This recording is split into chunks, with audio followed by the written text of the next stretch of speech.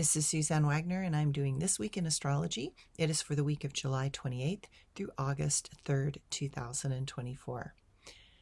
Who is inside that continues to beat your heart? What is the wisdom that you carry that you also came to share? These are the questions this week because when we know who we are deep inside, then it is easy to give the gifts that we have inside. It allows us to see and believe that those things will have value in the world. Take a moment to recognize that intrinsic value that is inside your being and know that offering that up gives more hope to this world. July 29th, the moon will enter Gemini, and we shift even more into the elements of air, expansion, and progression. This will continue to be the trend with Jupiter also in Gemini and Pluto being in Aquarius. Air accentuates the massive expansions in our mind and will continue to be required for the next 2 decades. Those that hold antiquated, outdated, rigid perspectives and beliefs will find themselves on the losing side of the arguments. Life is about change in ideas, change in perspective, and change in approach. We are in a massive time of change, and we are all going to have to learn to adapt in order to keep up. July 30th. Venus and Leo will trine to Chiron in Aries.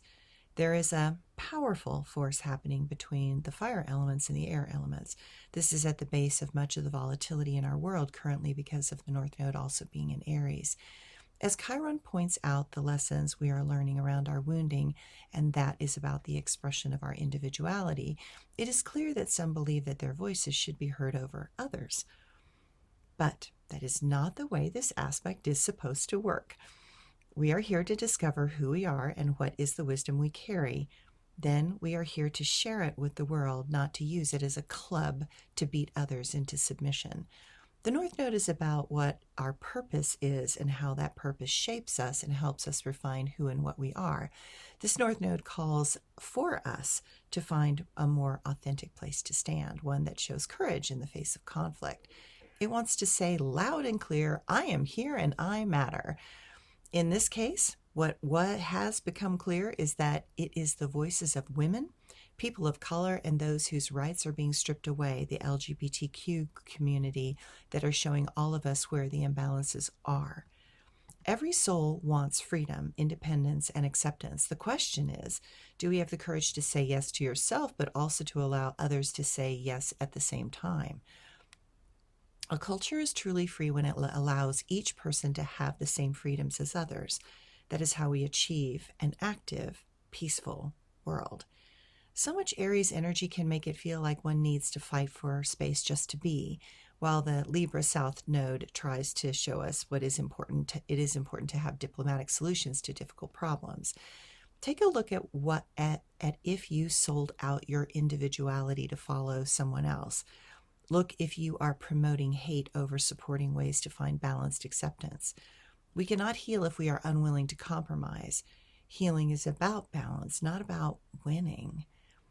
What is clear is that we are attempting to change the toxic old patriarchal mindset. Everything happening is an invitation to move past the familiar and to find new ways that are more tolerant and inclusive.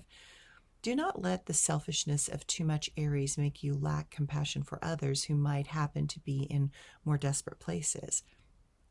You can be your individual self and recognize that the rights of others are being taken away, and then help fight for them with your personal power and determination. What is clear is that one individual cannot truly be free if everyone is also not given that same chance. Chiron has begun its retrograde motion, and we are being asked to dive deep inside and find what will support us in moving towards what will heal our world, not harm it more. With Venus and Leo at the perfect 120 degrees, there is a flow towards us longing for more harmony and a newfound willingness to fight for what is right. While Chiron might feel like the bitter pill to swallow, Venus is a spoonful of sugar to help the medicine go down. What is clear is that we need to heal something inside of us first. Only then will we have the tools and wisdom to help others find their way to wholeness. This aspect is a call that each of us carry medicine and wisdom for others. Now is the time to find the courage to offer it. August 1st, the moon will go into the family-focused sign of Cancer, and we prioritize around what those most important to us. We long for the love and connection that only family can hold for us. Sometimes it is family that is the safe space for us to ground and grow. Remember to tell them how much you love and appreciate them, because we never know what will come around later. On August 2nd, Uranus in Taurus will square to Venus in Leo. This is where the tension will begin to mount and move into ever accelerated places, causing restrictions that may shock and surprise. The entire month of August is tension-filled, with Pluto going backwards, retrograding towards Capricorn on September 1st.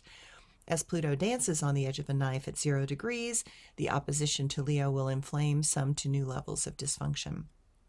Rational actions begin to go out the window, and we will begin to see a side of people that will shock and dismay. That adds to the Uranus-Venus square.